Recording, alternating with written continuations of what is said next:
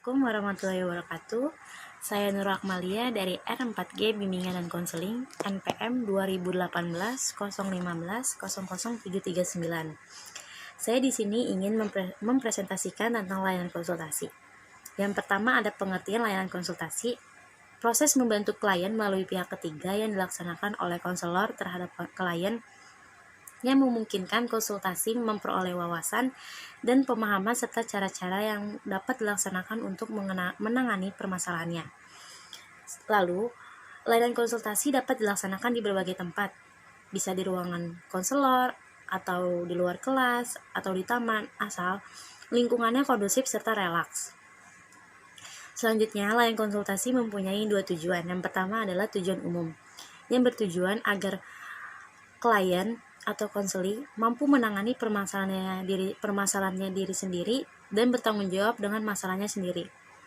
Yang kedua ada tujuan khusus yang ditujukan agar membantu konseli atau klien memiliki wawasan mengenai diri sendiri. Jadi diharapkan agar konseli atau klien ini dia bisa memahami dirinya dia sendiri, memahami permasalahannya, dan dia bisa melakukan sesuatu atau tindakan untuk mengentaskan masalahnya. Selanjutnya, dalam proses layanan konsultasi melibatkan 3 komponen. Yang pertama ada konselor. Konselor adalah tenaga ahli konseling yang memiliki kewenangan untuk melakukan konseling. Yang kedua, konsulti atau konseli adalah individu yang meminta bantuan kepada konselor untuk mengentaskan masalahnya terhadap pihak ketiga. Yang ketiga ada pihak ketiga. Pihak ketiga adalah individu yang kondisi atau permasalahannya dipersoalkan oleh konsulti atau konseli. Selanjutnya ada asas. Yang pertama ada etika dasar konseling. Yang pertama ada kerahasiaan, di mana menyangkut permasalahannya, konselor itu menjaga ketat masalahnya konsulti ini.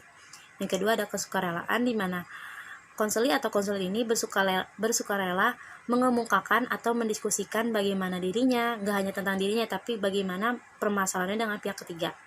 Dan diharapkan setelah terjadinya kerahasiaan dan kesukarelaan, terjadinya keputusan kepada klien, di mana klien atau konseli ini diharapkan bisa memutuskan sendiri apa yang harus dilakukan untuk menangani masalahnya atau mengentaskan masalahnya. Selanjutnya ada kemandirian, di mana diharapkan konsel ini bisa memahami dirinya, memahami lingkungannya. Setelah dia bisa memahami dirinya dan memahami lingkungannya, dia bisa melakukan keputusan positif untuk menangani masalahnya. Setelah dia membuat keputusan, dia bisa mengarahkan dirinya bisa mewujudkannya juga. Selanjutnya ada pendekatan. Pendekatan ini mempunyai perbedaan antara layanan konseling perorangan dan layanan konsultasi. Kalau layanan konseling perorangan ini dilakukan langsung oleh konselor yang melakukan penanganan langsung terhadap masalah konseli. Tetapi kalau di layanan konsultasi, si konsulti ini yang harus menangani sendiri bagaimana dia harus mengentaskan masalahnya terhadap pihak ketiga. Dan dalam pendekatan ini ada WPKNS. Yang pertama ada wawasan, di mana konsulti perlu memiliki wawasan secara umum tentang pihak ketiga. Yang kedua ada pengetahuan, bagaimana konsulti ini perlu memiliki pengetahuan yang memadai tentang pihak ketiga. Yang ketiga adalah keterampilan, di mana konsulti harus mempunyai keterampilan untuk menangani permasalahannya terhadap pihak ketiga. Terus yang keempat ada nilai, dan konsulti dalam melakukan Yang keempat ada nilai. Nilai ini dikembangkan agar dalam diri konsulti ini mempunyai nilai kemanusiaan. Yang kelima ada sikap yang bagaimana konsulti menyikapi diri pihak ketiga dan permasalahannya. Jadi konsulti ini harus bisa menyikapi bagaimana diri pihak ketiga dan permasalahannya.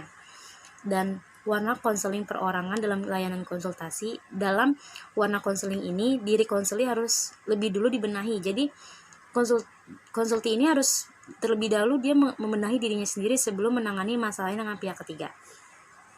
Terus selanjutnya ada teknik, yaitu yang pertama ada teknik umum. Teknik umum ini lebih sejumlah tindakan yang dilakukan konselor, di mana konselor melakukan tindakan kepada si konsulti atau klien ini. Yang kedua ada teknik khusus, yang dimana teknik ini untuk mengubah tingkah laku klien, khususnya berkenaan dengan masalah yang dialami.